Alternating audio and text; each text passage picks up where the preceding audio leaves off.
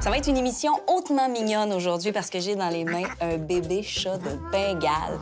Noëlla, t'es éleveur de chats de Bengale. De plusieurs types de chats ou juste le chat de Bengale? Seulement le chat de Bengale. T'en as combien à la maison? J'en ai 6 à la maison. Celui-là, dans mes mains, il a quel âge?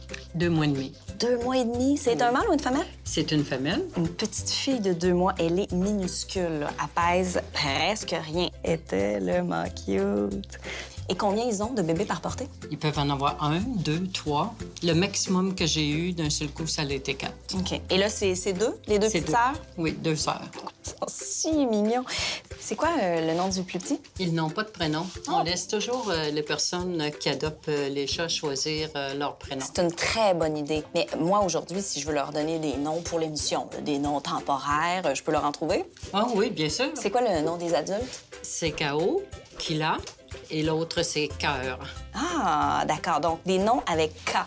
Alors, ça pourrait être Koala, pour un chat, c'est drôle, et Kimchi, parce que j'adore ça. Oui. Koala, Kimchi, c'est le moment d'aller en studio pour animer 100 animal. Re-bienvenue à 100 animal. Le chat de Bengale est une race de chat assez rare au Québec car il y a très peu d'éleveurs. La preuve, c'est la première fois que j'en rencontre. Et pas juste un, j'en ai 5! On peut dire que j'ai de la chance. On va apprendre plein de choses sur la famille de Cœur, Caro, Kila, Koala et Kimchi un peu plus tard dans l'émission. Mais pour l'instant, voici vos nouvelles. Mesdames, messieurs, c'est le moment de jouer à vérité ou mensonge. Le chat de Bengale est doux et affectueux. Ça, c'est vrai. Les motifs de son pelage rappellent étrangement ceux du léopard. Ah, ben oui, regardons ça. Alors ça aussi, c'est vrai. Mais est-ce que cette affirmation est vraie? Le chat de Bengale est issu du croisement entre un chat domestique et un léopard. Cette affirmation choc est-elle une vérité ou un mensonge? Pow, pow et repart. Voici la réponse. La réponse, c'est Dr. Sarah Guénette, médecin vétérinaire, qui va nous la donner. Bonjour, Sarah. Salut Anaïs. Alors, est-ce qu'on a dans les mains des chats croisés avec des léopards? Ça aurait été le fun, mais c'est pas tout à fait ça. Oh, je suis un peu déçue.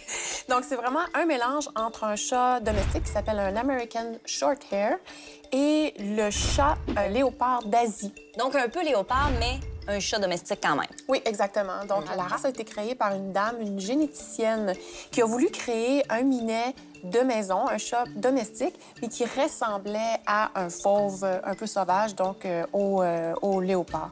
Et au fur et à mesure des années, les chats de Bengale sont devenus de plus en plus domestiqués.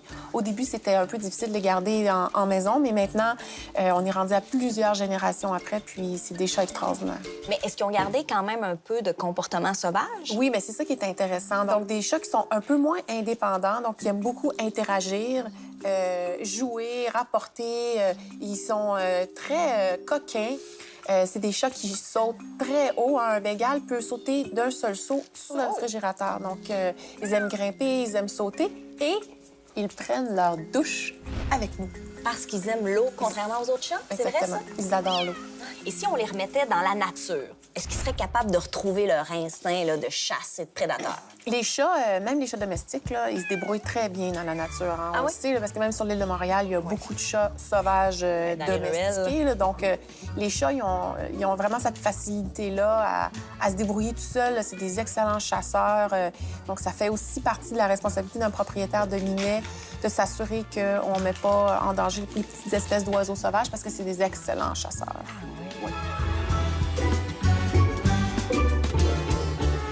Merci beaucoup, Sarah. Ça me fait toujours plaisir, Anaïs. Eh bien, c'est là-dessus que se termine l'émission d'aujourd'hui. Merci à ma famille de co-animateurs d'aujourd'hui, Kila, Cœur, Kao, Kimchi et Koala. Vous êtes très, très beaux. J'espère que vous aimez vos nouveaux noms. Je m'appelle Anaïs Favron et je vous donne rendez-vous très bientôt pour une autre édition 100 animal. Miaou!